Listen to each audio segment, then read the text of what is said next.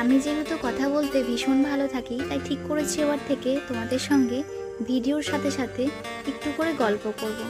তো আজকে রান্না করেছিলাম লালতে শাক, আর এটা একটি নতুন রেসিপি ট্রাই করেছি। সবাই খেয়ে বললো ভীষণ ভালো হয়েছে।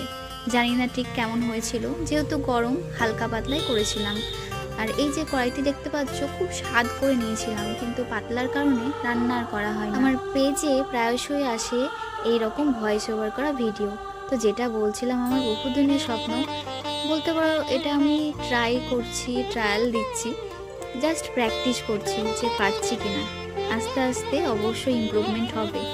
তো টোনার ইউজ করতে আমার ভীষণ ভয় লাগে, মনে হয় চোখে চলে যাবে। আর দুপুরবেলায় একটু জেল ইউজ করেছি। আমি কাজের পাশাপাশি নিজের যত্ন নিতে ভীষণ ভালোবাসি। তোমাদের সঙ্গে প্রোডাক্টটা শেয়ার করলাম, এটা হচ্ছে খাদি জেল। তোমরা একটু ট্রাই করে দেখো, দেখবে এত ফ্রেশ ফিল হয়। তো নিজের যত্ন আমি নিতে সত্যিই ভীষণ ভালোবাসি, জানি না কেন। তো সেগুলো তোমাদের সঙ্গে অবশ্যই তুলে ধরবো। তো বিকেলে অন্য কাজ আছে, শুধু রান্না বান্নার মধ্যে আর আমি আটকে নেই, নিজেকে আস্তে আস্তে ইমপ্রুভ করার কাজে ব্যস্ত। তো টুক করে একটু রেডি হচ্ছিলাম, যেহেতু ভীষণ টায়ার্ড ছিলাম আজকে, গরমটাও ভীষণ বেশি পড়েছিল। নিজেকে যদি খুঁজে না পাওয়া হয় না, দিনের শেষে নিজেকে হারিয়ে ফেলতে হয়, এটাই সত্যি কথা। তো তোমরা যেটা ভালোবাসো অবশ্যই তাকে হারিয়ে যেতে দিও না, তাকে বাঁচিয়ে রেখো তোমার নিজের মধ্যে, নিজের জেদের মধ্যে।